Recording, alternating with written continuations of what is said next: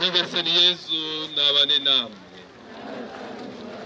Amagambo yo mu Ivanjiri ntagatifu uko yanditswe na Luka.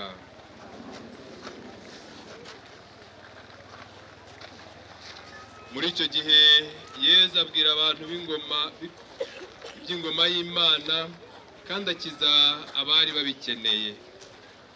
Umunsi uciye ikibu, ba 12 baramwegera baramubwira bati, sezerera aba bantu bajye mu nsisiro no mu ngo ziri hafi aha bashaka icumbi n'icyo barya, kuko aha turi ari ku butayu. Maze arababwira ati, mwebwe ubwanyu nimubahe ibyo kurya. Baramusubiza bati, nta kindi dufite kitari imigati 5 n'amafi 2 gusa, keretse ahari twebwe ubwacu twajya kubagurira icyo barya. Koko hari abagabo bageze nko ku 5,000. Yezu abwira abigishwa be ati, nimubicaze mu dutsiko tw'abantu nka 50-50. Babigenza batyo, barabicaza bose. Nuko afata ya migati 5 na ya mafi 2, areba ku ijuru, abivugiraho amagambo y'umugisha, hanyuma arabimanyura abiha abigishwa be kugira ngo babihereze abantu bari aho. Bararya bose barahaga, barundarundira hamwe ibisigaye byuzura inkangara 12. Iyo ni Ivanjiri ntagatifu.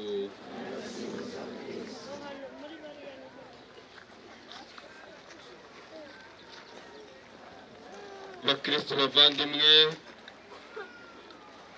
turi mu mutambagiro dushengereye Yezu utanga ubuzima, Yezu ukiza, Yezu witanga kugira ngo abe babeho. Uyu munsi natwe dusabwe kureba uburwayi bwacu kugira ngo Yezu atukize. Igihe tumutambagiza, igihe tugendana nawe, twihatire natwe gukiza abandi tubikesha ububasha bwe. Icyo dusaba ni ugutanga ubuzima, icyo dusaba ni ukugaburira abandi kuko natwe yatugaburiye. Tumwemerere rero adukize, dukire dukize, kandi twiyemeze gukiza abandi. Tumwereke ubuzima bwacu, abusure bwose nk'uko agenda asura ingo zacu aho dutambuka. Twagure n'imitima yacu ayisure, twagure imibiri yacu ayikize. Tumwereke hose ahagere. Muri uku gutambagira no kumutambagiza tubashe gukomera mu kwemera, twumve ko ari we uduha ibyo duha abandi. Tumusabe adukize, tumusabe akize abacu, tumusabe aduhe urukundo, tubashe kwitanga no kwitangira abandi, tubashe kubaho tubagaragariza ko ari muzima mu buzima bwacu.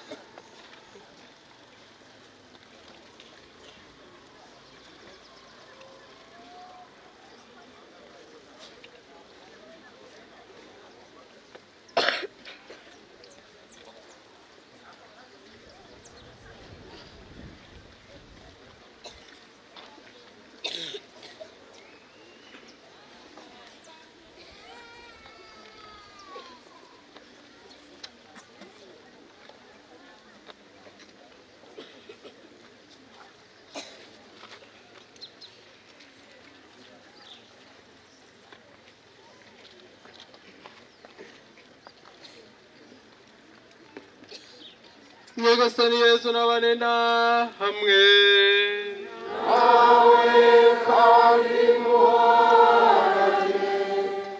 Amagambo yo mu Ivanjiri ntagatifu uko yanditswe na Yohani.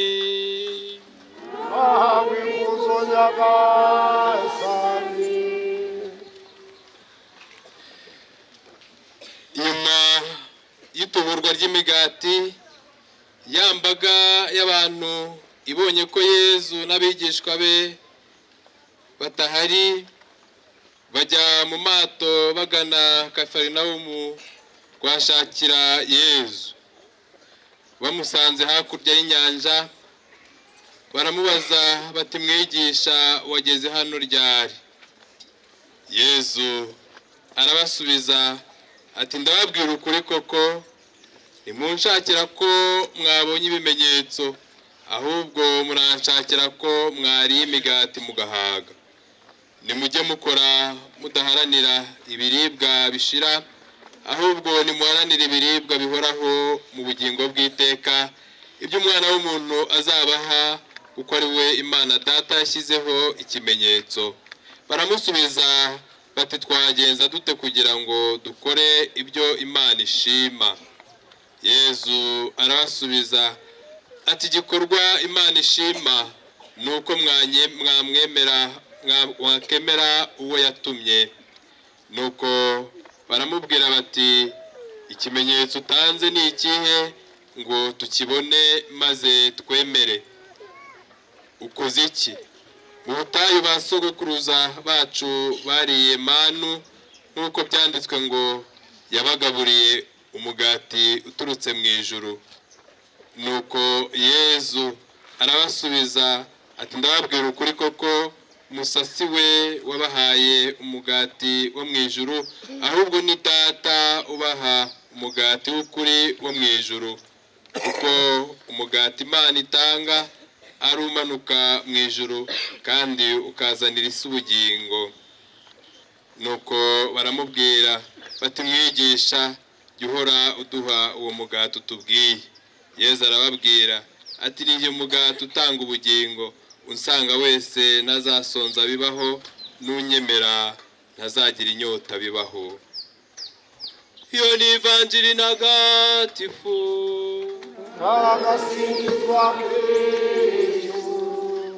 Bakristo bavandimwe, gukora uru rugendo dutambagirana na Kristo, dutambagiza Kristo, ni ikimenyetso cy'ukwemera.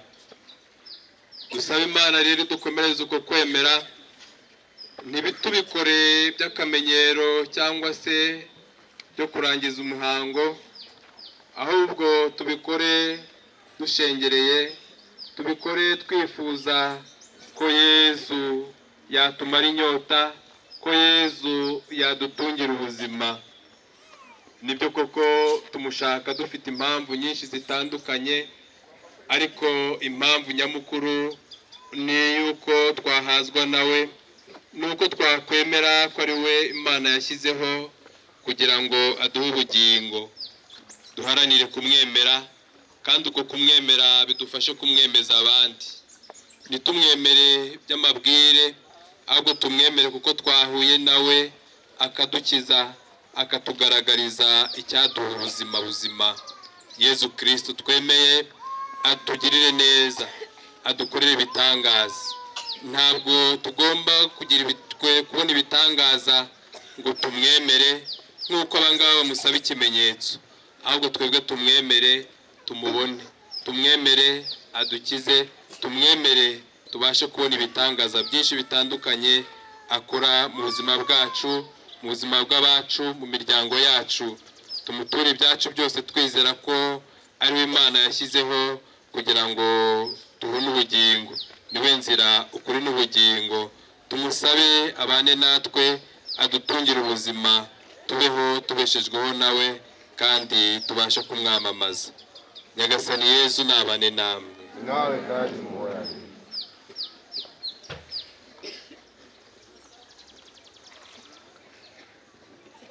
Musabe. nyagasani mana wowe watwereje umwana wa Yezu Kristo kugira ngo aduhe ubuzima, kugira ngo dukure ku ngoyi y'urupfu n'icyaha. Amaraso ye yameneye ku musaraba yatubereye ikiramiro. Turagusabye tukwinginze uyu munsi uduhe ubutwari bwo kurushaho kumukurikira no kumukurikiza, maze tubereho kwamamaza urukundo rwawe mu bantu. Ubwa Yezu Kristo umwami wacu.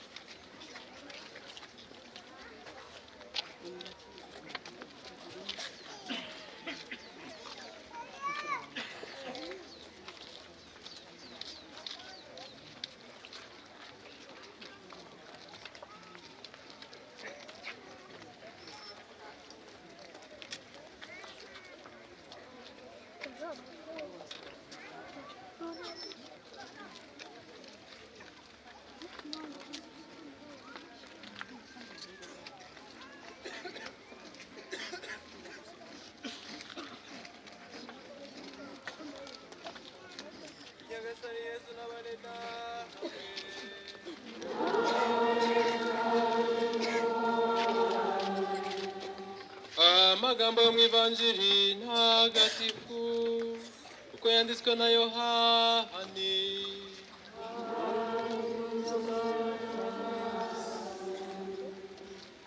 Nyuma y'ituburwa ry'imigati, Yesu abwira rubanda ati nije mugati muzima wamanutse mu ijuru.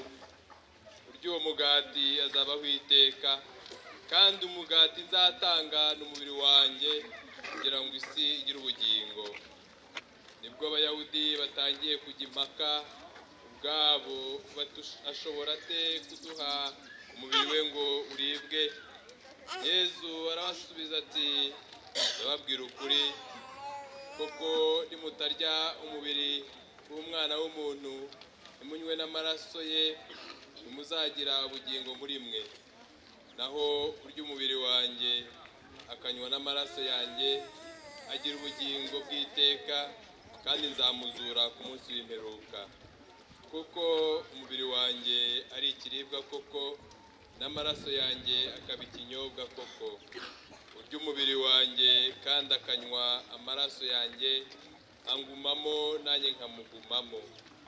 Mbese nk'uko data wantumye ariho, nanjye nkabaho ku bwa data, bityo urya nawe azabaho ku bwanjye.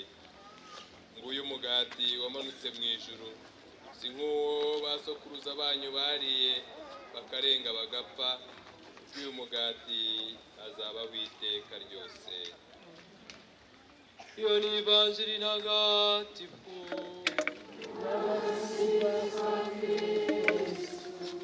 Bakristo bavandimwe, Kristo dukurikira, Kristo dukurikiza, Kristo dutambagiza, niwe utanga ubugingo buhoraho, niwe utanga ubuzima buzima, ubuzima butazima cyangwa se ngo buzimate, ubuzima buhoraho iteka. Uyu munsi twiyemeze kubana nawe, aduturemo, atubemo, tumubemo, tunywane nawe kugira ngo tube koko aba Kristo, tube abandi Kristo kubatubona. Twirinde gushidikanya, twirinde kujya impaka, ahubwo tumwemere aduhe ubugingo bw'iteka buturuka ku Mana Data.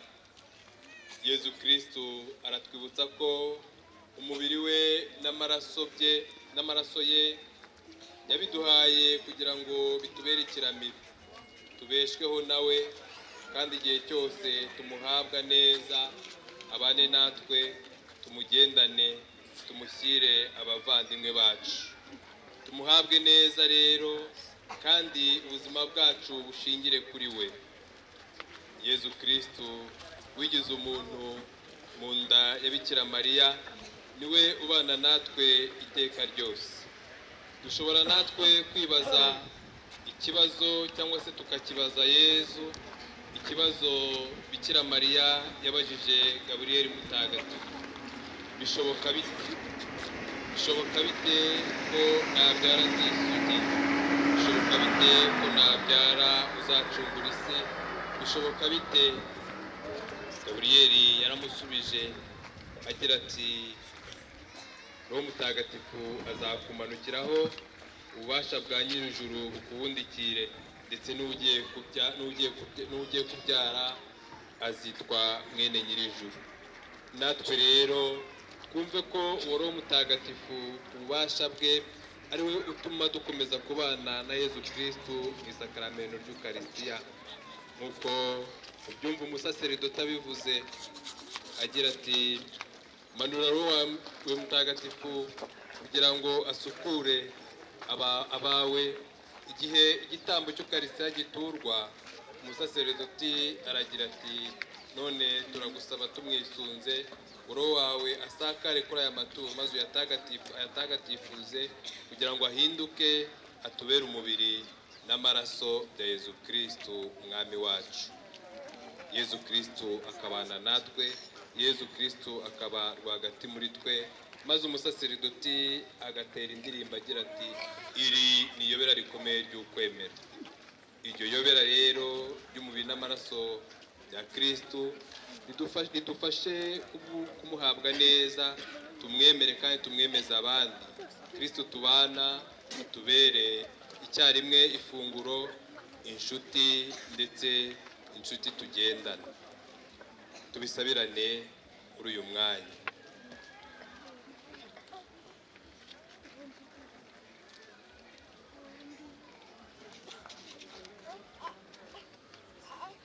Dusabe.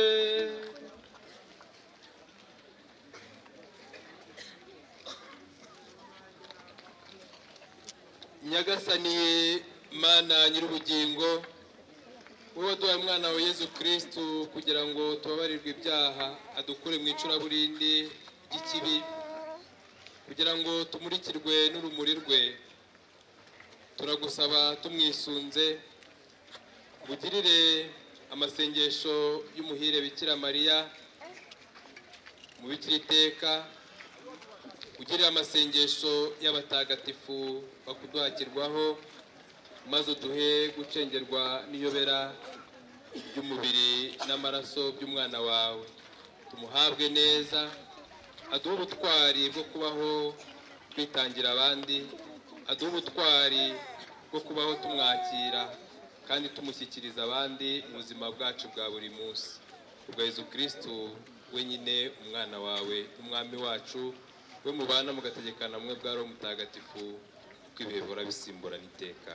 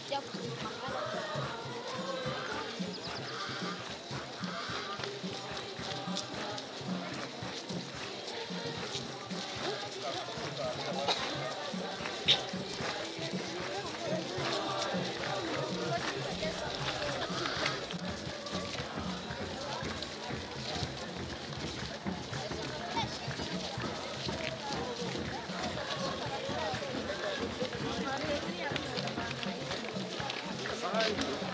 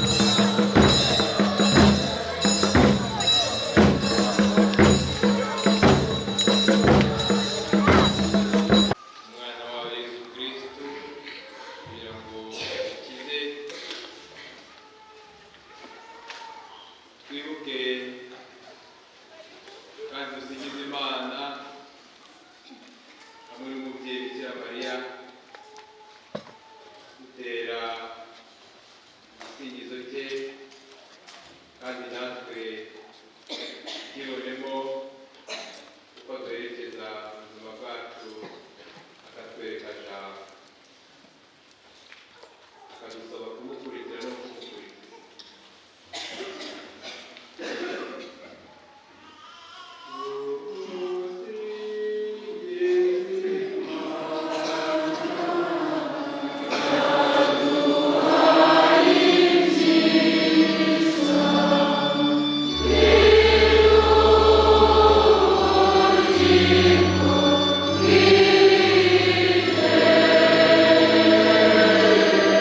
Amen.